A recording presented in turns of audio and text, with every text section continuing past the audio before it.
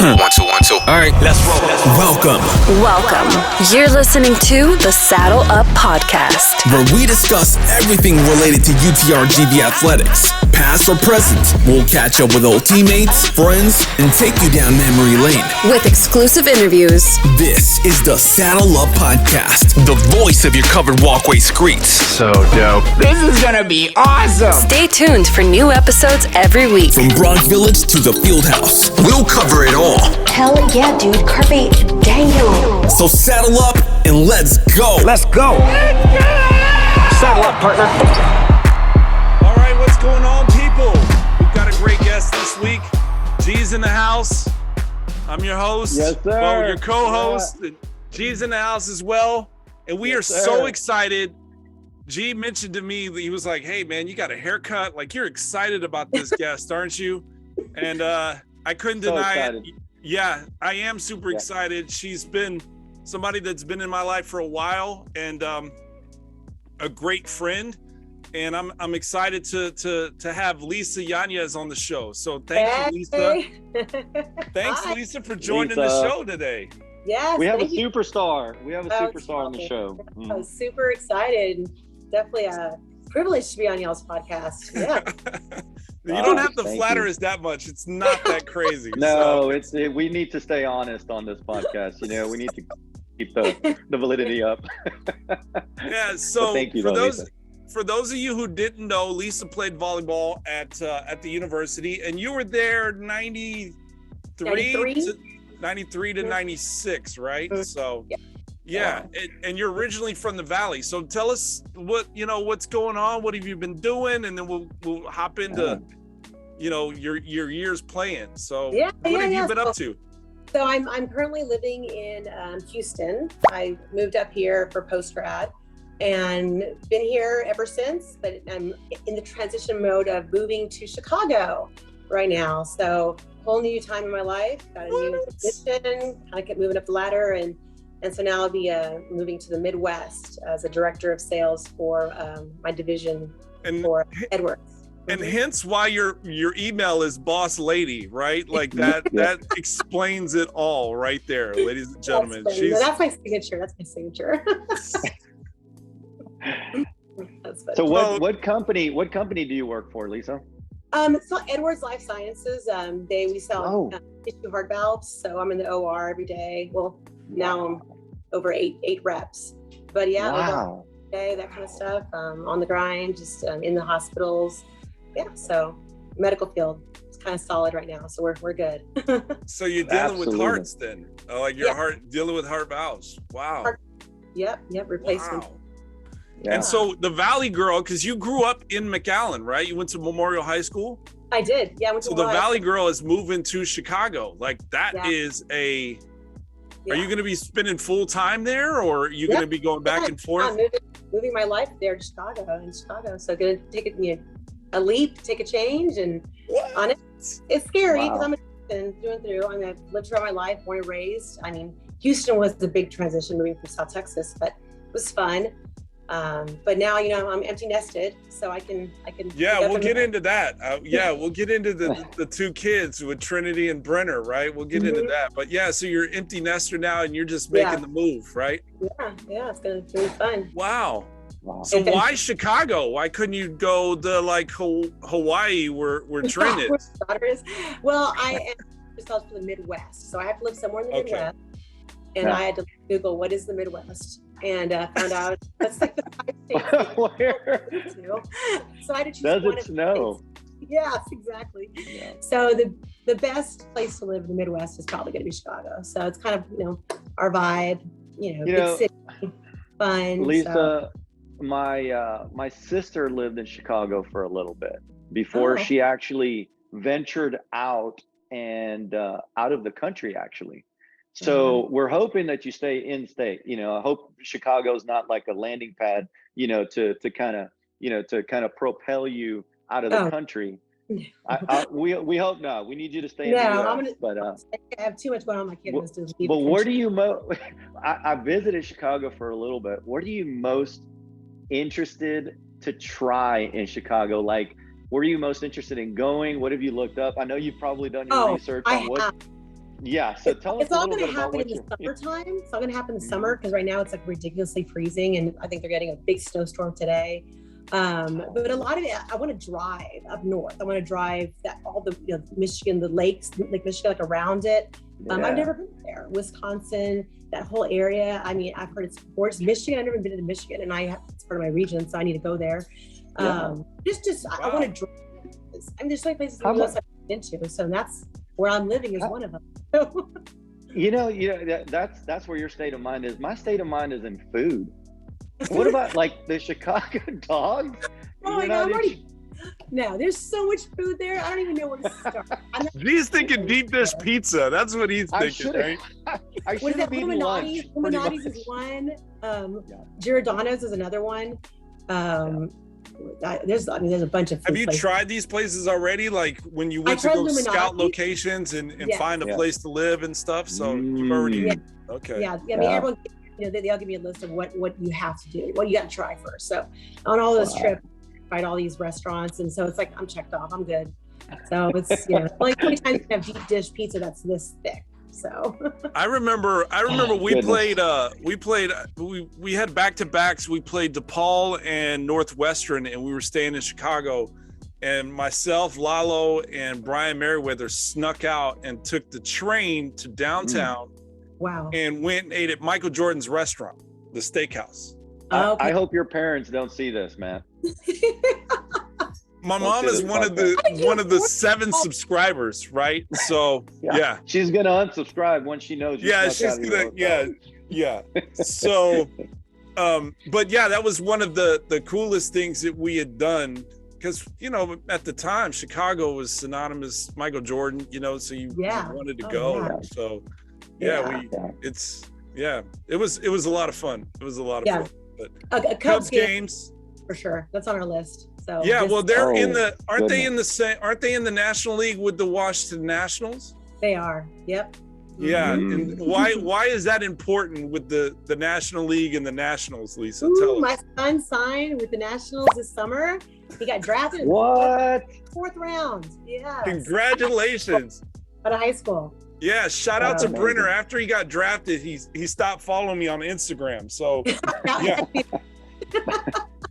That's usually what happens when people. That's usually what happens. When he was in high school, he was cool. He was following me. I was the cool guy, right?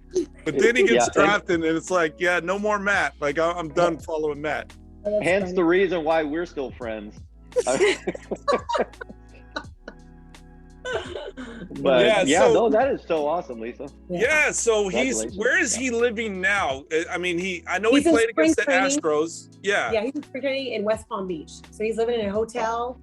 Him and the first round pick are roommates. So I went to visit this weekend, and it was living in a hotel room. Yikes! But, So he's 18; he could care less. Yeah. So tell us about this, the significance of this past weekend, because you and I were talking last week, and we were booking you for the show, and I just happened to call you that day. Oh yeah, So tell us that news and how exciting that was for you.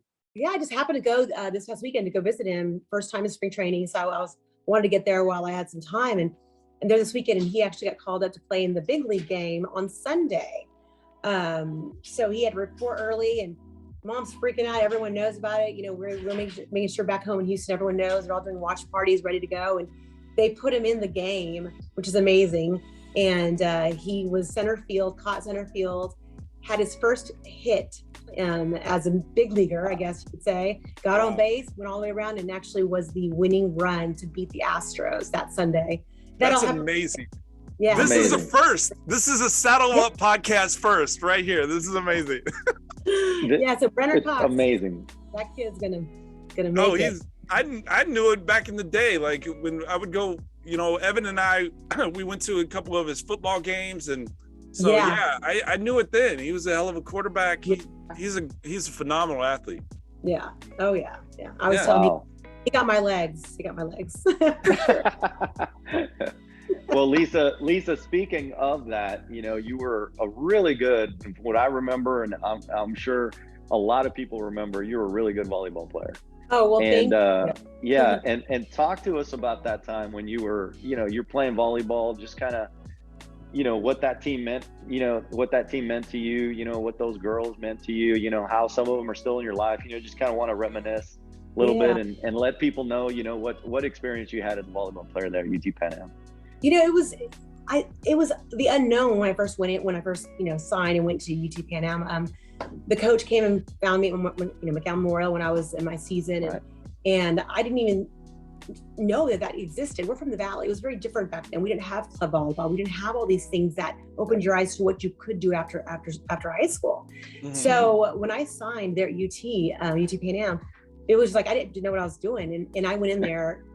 I reported to 3-a-days that summer, met all my teammates for the first time, and it was the neatest feeling to immediately go into college and have a family already, your best girlfriends, right?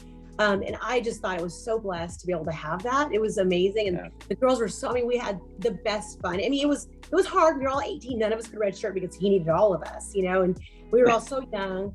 It was daunting. You're going to Arkansas State.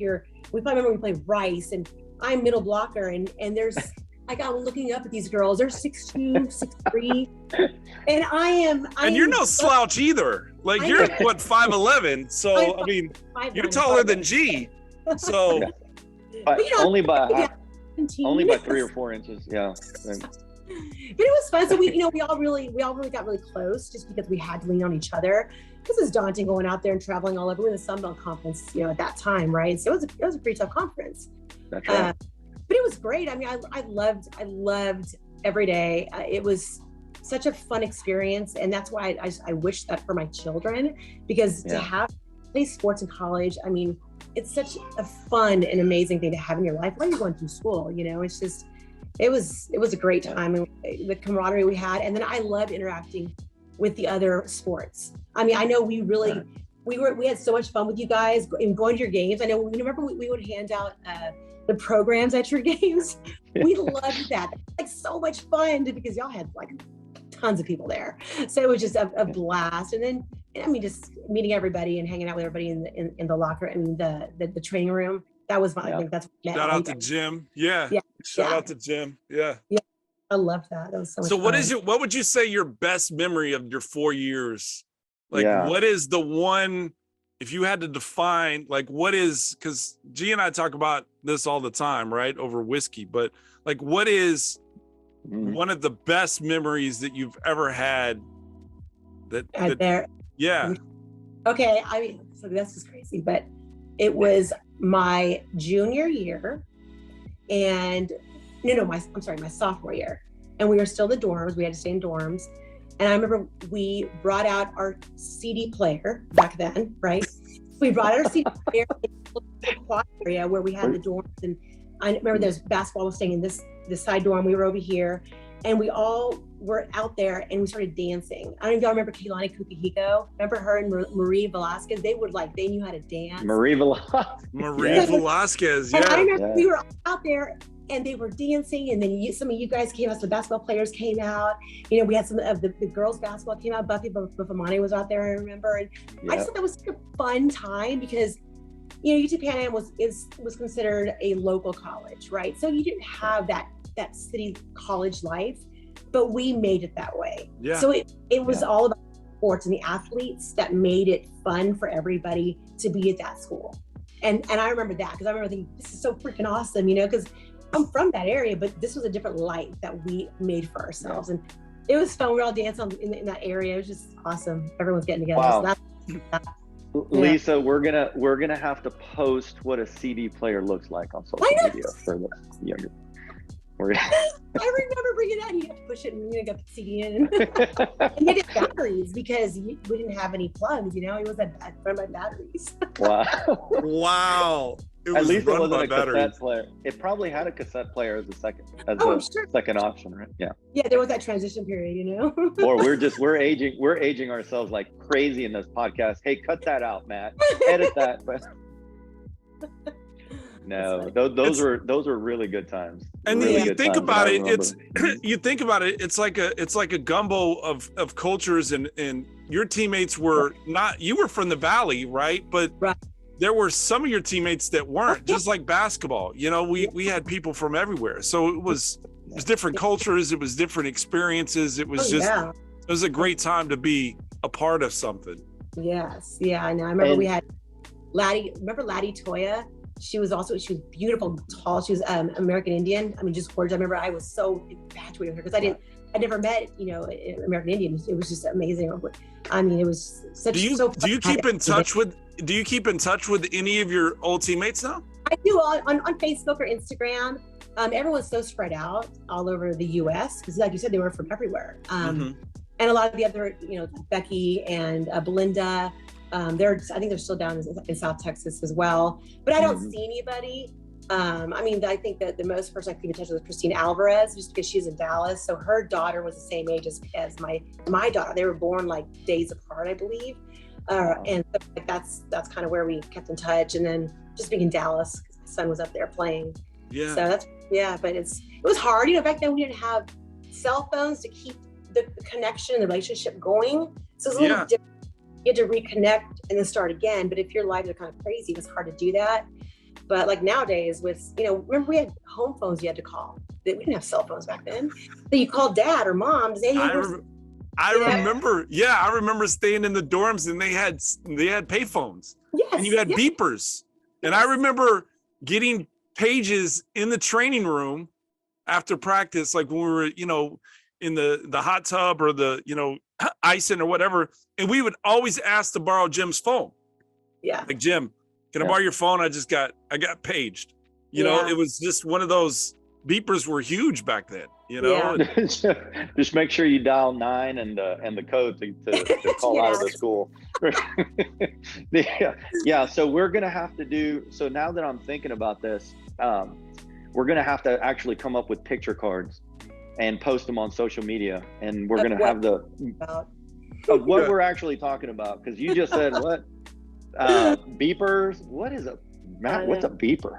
We gotta look at all the different things that we're talking about.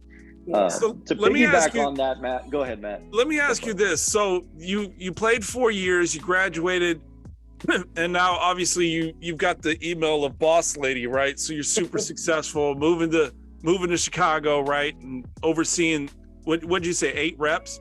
Yes. Mm-hmm. What can you say from your experience as a collegiate athlete are you taking with you as now the boss lady overseeing these 8 reps? Like, what are you taking with that? How did that help you, that collegiate experience help you define and empower you the way, your success is today?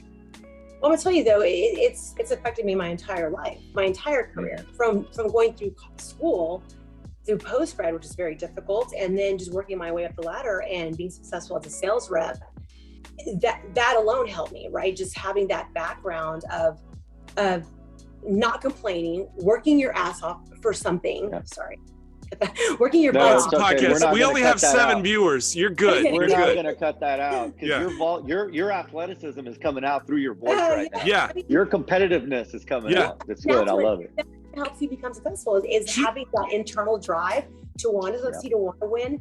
I mean, I wanted to be on that stage and win an award, and I wanted everyone to know my name. Whenever I would get interviewed for different, I worked for 2 companies and had to go through a couple of different interview processes to kind of move up and move different divisions. But I always said, what's your goal? I was like, I want everyone to know who I am. I want them to know my name.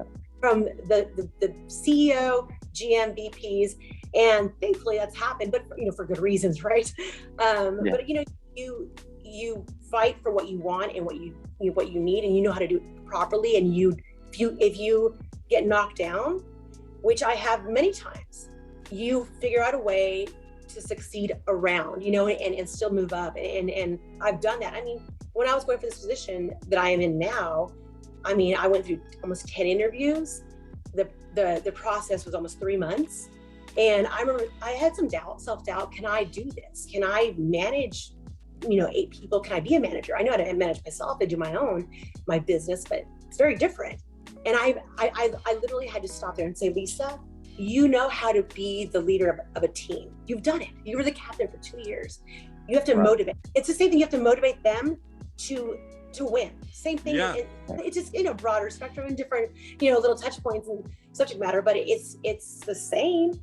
And I have this energy. I feel that I feel like I'm just, passing on to my team, and it's just like, being positive and positive. And we know it's coaching. How do you pick someone up? Yeah. You say wrong things, they're going to be like, see ya, right? And that's not what you want to do. Right. So that's the same way. Well, if it's So any Lisa, consolation to you, Lisa, you just won this podcast. So there you go. Like, she did. You just won it. I won. Like, you motivated me to apply for one of your rep positions. Like, I'm about to throw everything away and just say, hey, like, I'm moving to the Midwest, and I want Lisa to be my boss, right? So, like, you just inspired me to do better. You're funny. Well, yeah, that would be fun. You would, first of all, Lisa, Matt wouldn't get any work done. Okay, so yeah. He's an admin. You ready for that? So let me ask you this, because you posted something on Facebook a couple weeks ago about you were interviewing I think it was last week, you were interviewing, and you kind of gave some tips to the younger generation on how to interview, right? So what are you seeing that is like, she's giggling, like she already knows. Lisa, help everyone out. The three people that are going to watch this podcast, help them out. My mom doesn't need a job, so it's two people that are, the other two people are going to watch. Yeah, so help the others out. I got in this position, and then we had an opening in Chicago, so I was like, okay, we had to immediately start interviewing for the to fill a void, and I think we interviewed probably 9 people, and I interviewed 4, but I thought, you know what, I need to pass this out because I'm thinking about my own children. I have a 21, 18. Eventually, they're going to be in the workforce. My daughter in 2-3 years, and I've taught her, some things. But I'm thinking, man, what if other parents, my peers, have not done that for their children? Let me get a PSA out there because this was really it was sad. We saw some pretty bad resumes that didn't even make it. We were like, no, just by the resume, no way. Just the format, the too much. So you can always get some advice on that. But I'm gonna tell you, I probably interviewed, I think, just 2 millennials, which I've never done before. I get older, they're coming up, right? So it is what it is. But one girl wore shorts, like she dressed them up, and I'm like, no, ma'am, I'm not doing an interview, and then a lot of it's just, just the eye contact, the jitterness, the just doing that. And I know you're nervous, but keep your hands down, keep that eye contact, come with questions to ask, because it can't just be one way. We need to hear you talk as well, and just have that confidence and fake it till you make it, man. And we'll get to know the real you later, the right person. But I mean, it was eye-opening, that's for sure. Well, there you have it. Interviewing tips 101 by the boss lady herself. Like that. That's free advice. Free advice. Take it, run with it. Peep the game. Yeah. So you're super excited about your new role. Like you've got it sounds like you got a lot of amazing things going on for you. And I don't want to speak for G, but you've been a big influence to me. We became closer when I was living in Houston, and you were in Houston, and we've always been friends. And so you've been a huge inspiration to me. And so I really, really want to thank you for being who you are and helping me as you've helped me in the past. And I can't sing your praises enough. Like, you're an amazing friend, and I'm blessed to know you. Yeah. Now I think we were able to remain friends so much because I was in the Valley quite a bit working down there, remember? Exactly. So we were able to connect and kept our friendship going, which has been great. I love that. And actually you've helped me connect with other UTPA athletes, which has been great. Yeah. So I appreciate that big time. And I love your sister, Celine. She's amazing. Like Celine and I, she's a wonderful person. So yeah. So this is awesome that we're kind of like, this podcast that's what it's all about, kind of trying to make those connections, with people from that were in our lives, in the past that we haven't, Matt's kind of, remembers, time you all developed a friendship afterwards. Yeah. But Lisa, I haven't seen you in forever. I probably haven't talked to you since, Pan American, those days. Yeah. And so, I'm hoping that people can come on and those former Bronx and athletes and all those people that you were friends with, and little did you know at the time that a lot of these people probably looked up to you so much and still think about you, and the impact that you had in their life, but they don't have the opportunity to tell you, you know? Yeah. And so hopefully they can kind of see this podcast and kind of, look you up and maybe send you a little message, go, Lisa, I saw you on there, congrats on your success, all that good stuff. But kind of looking back on that memory lane again, and I know that we're kind of, heading towards our end of our podcast, but I can't get over the memory stuff, like the memory lane, right? You told us what your favorite memory was, but can you kind of recall kind of your favorite road trip or your favorite game, or, you kind of got really competitive there for a little bit. And do you remember kind of a game that stands out that, that you kind of want to share? Yeah, I'm gonna say it was actually a home game, and I think it was my senior year, because that's kind of when I blossomed, I guess. I was finally coming out. Yeah, I wish I had redshirted, your senior year, you want one more. Oh, don't we all? Yeah. I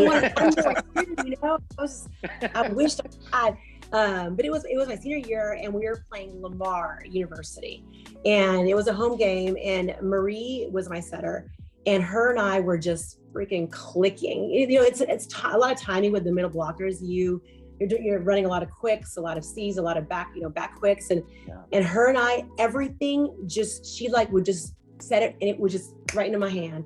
So everything was down. I think I had I don't know how, I think like 27 kills. She's a killer, ladies and gentlemen. She's a killer. Boss lady email right here. That was the best game I've ever had, and it was home, and there was tons of people. I loved playing in front of the crowd. The more that were in the stands, the more pumped you get. That's why that's why you love to hear your name, right? That's. I remember that game. I think G was handing out pamphlet or brochures that game. Like we were at the door. Yeah. I was actually handing out pamphlets for a party that we were having at our apartment later after that game. Probably what that was. Yeah. But you all were. Yeah. Do you guys remember Dr. Von Endy and Mrs. Von Endy? Yes. Yeah. Oh my gosh. They're amazing. Every game, that game, I remember he was like almost crying, hugging me, and so sweet. Yeah, they were so close to us. Like they're the ones that I miss probably the most from there. Like just because if you didn't have parents that were there, they were always making sure they were everyone's parent. A grandparent carry you. Love them. Yeah. G and I went to a basketball game at Bird Ogden Arena last year, and the Von Indies were there. Like they still show up to every game. Like they are tried and true. They are they bleed the university. Yeah. Still amazing. Wow, do all the change, everything. That's crazy. That's amazing. Yeah. Lisa, have you kept up with the volleyball team? Now that they're, they transitioned into UTRGV. It's UTRGV. And all that good stuff. Have you? I have not enough. No, I mean, I barely, I keep up with barely people in my own kids. I mean, shit. So it's hard. Yeah. No, it's totally understandable. Yeah. Yeah, there's a lot of changes. I know I went to the campus probably about, I'm going to say maybe eight years ago or so, just to go see what it was like. I was just driving through Edinburgh shops because I wanted to go to the athletic, the store. I wanted to go buy some gears, see what they had in UTPA left, and of course it was our UTRGV. I didn't recognize anything. There's so much built so different. I mean, the complex of sports, everything is so different. It's amazing. Which is good. That's the way it should be. It's grown a lot. But UTRGV, but Vaqueros, I had to get used to that one. I miss Broncos. That's right. The Bronx Nation. Yeah. We if you ever, we have to somehow find a way to bring, all you all back into a volleyball game. And I know Matt will get on a flight down here. Oh yeah.